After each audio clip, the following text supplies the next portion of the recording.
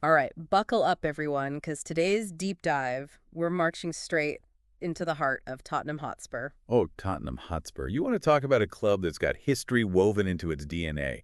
We're going way beyond the pitch on this one. Right. Forget your stats and figures. This is about a club born in the thick of it all.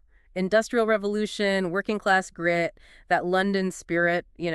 You hit the nail on the head there. 1882. Picture this. Wait, 1882? Yeah, a time when London was practically bursting at the seams, Yeah. suburbs popping up left and right. Mm. And what happens? Football.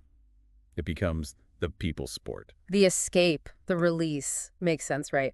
But back to these Spurs, this origin story. Oh, it's a classic. Bunch of grammar school lads in love with a beautiful game, meeting under a gas lamp because, well, where else do you go back then? No floodlights, no fancy stadiums, just pure passion. I love it. And that name, Hotspur, and that's a hat tip, right, to Sir Henry Percy, the fiery nobleman.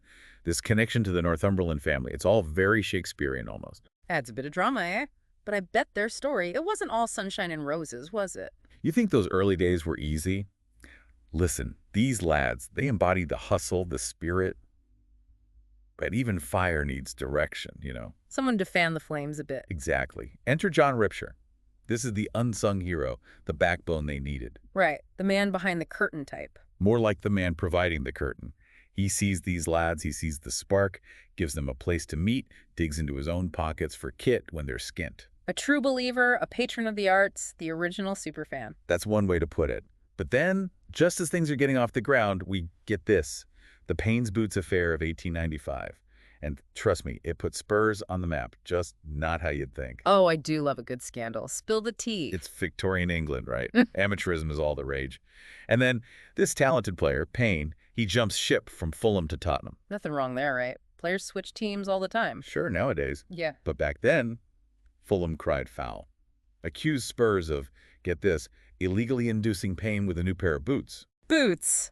That's it. Not even a suitcase full of cash or something. You'd think, right. But it was scandalous. This was a serious breach of amateurism. Spurs got a slap on the wrist, a little suspension, but here's the kicker. All right, I'm on the edge of my seat. The public, they loved it. Public opinion sided with Tottenham. No way. Seriously. Why? Newspapers ate it up. Spurs became these plucky underdogs, fighting against the man, the system. It was brilliant. The birth of the underdog, fighting for their right to play, even if it meant new boots. I bet that resonated with the fans. Oh, absolutely. This wasn't just about football. It was about sticking it to the man, showing everyone they wouldn't be pushed around. Pure genius. So they're playing the game on the field, but also off the field. And it's working.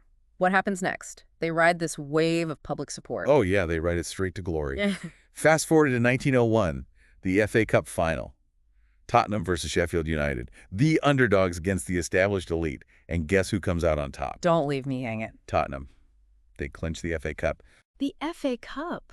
That's massive.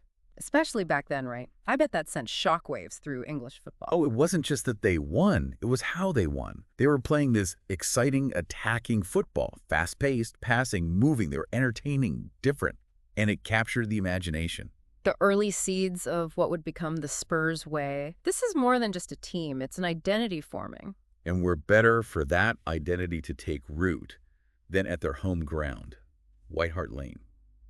But that, my friend, is a story for another time. White Hart Lane. More than just bricks and mortar, it was like the heartbeat of Tottenham. Oh, absolutely. You can't tell the story of Spurs without White Hart Lane. It's almost like a character in itself. But before we dive into that, we kind of glossed over a pretty significant chapter in history, the World Wars. Right, you can't ignore that. Football might seem like the be-all and end-all sometimes, but even that took a back seat when war broke out. So, World War I, what happens to our Spurs lads then? Well, the game goes on, but it's different. There's this constant tension, this awareness of what's happening overseas. A lot of players, not just from Tottenham, but all over, they enlisted. Right, duty calls. Can you imagine being a young lad then? Football pitch to battlefield? Exactly. And the clubs, they had to adapt. Tottenham, they really stepped up. Fundraising, honoring the soldiers, keeping the spirit alive. Keeping the home fires burning, you might say. But it wasn't just about keeping the club afloat, was it? It was about community. Spot on. Football gave people something to hold on to, a sense of normalcy in this crazy time. A distraction, a shared purpose. And then the war ends. We enter the interwar years. What's the scene like now? Think of it as football's coming-of-age story. It goes from this casual pastime to, well, a way of life. Organized away days.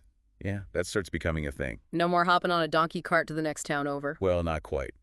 But you get the idea. Fans are traveling further, sacrificing more, all to be part of something bigger than themselves. The birth of the diehard fan, the pilgrimage to the sacred grounds. It's fascinating how those rituals we see today, they have roots in this era. It's about belonging, Yeah. about shared identity, and then, just as things are finding their rhythm, bam, World War II. Another gut punch to the world. How does football cope this time around? Resilience.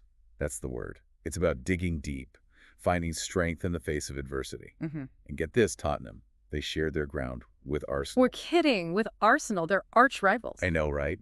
Talk about burying the hatchet. But that's what these times did to people. It was about something bigger than the game. Uniting against a common enemy. And after the war, I imagine that hunger for football, it was even stronger, wasn't it? Oh, you bet. Football was a symbol of normalcy, of hope. And for Tottenham, this post-war era, it wasn't just about getting back on their feet. It was about innovation. Enter Arthur Rowe and the birth of push and run. Bingo. This is where things get really interesting. Rowe, he was a visionary. He throws out the old playbook, embraces this fast-paced, possession-based style. A tactical revolution. And it wasn't just about playing pretty, was it? They were effective. Oh yeah, they were winning, but it was how they were winning. That attacking flair, it captured the imagination.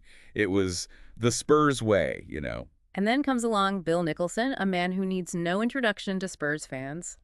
What a legacy, eh? Talk about picking up a baton and running with it. Nicholson takes push and run and turns it into a well-oiled machine.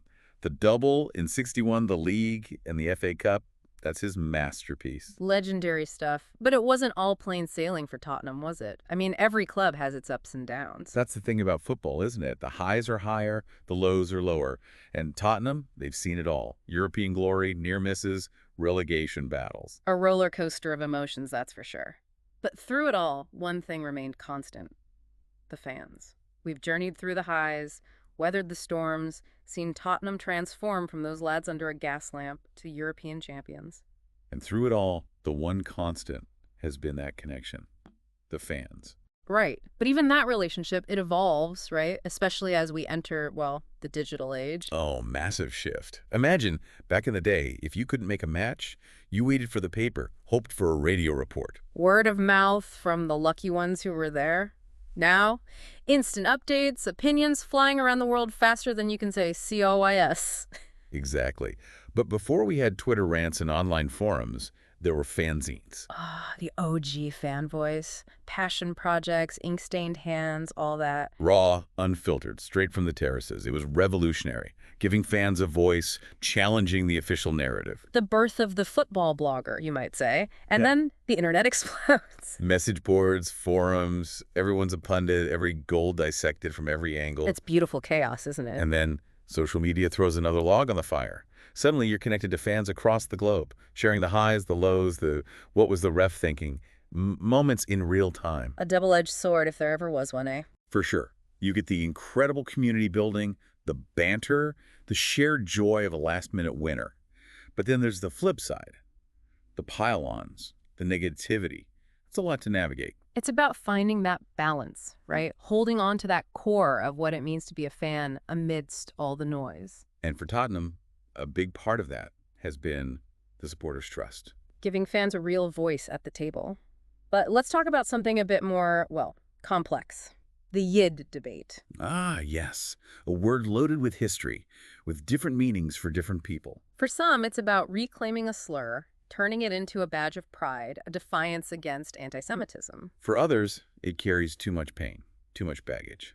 And that's the heart of it, isn't it? The power of language, the need for understanding. It reminds us that football, for all its escapism, it exists within the real world, reflecting our complexities, our challenges. And through it all, Tottenham Hotspur, they've been a mirror to those changes. From those Victorian streets to the digital age. So, as we wrap up this deep dive, what's the takeaway? Tottenham Hotspur, they're more than just a club.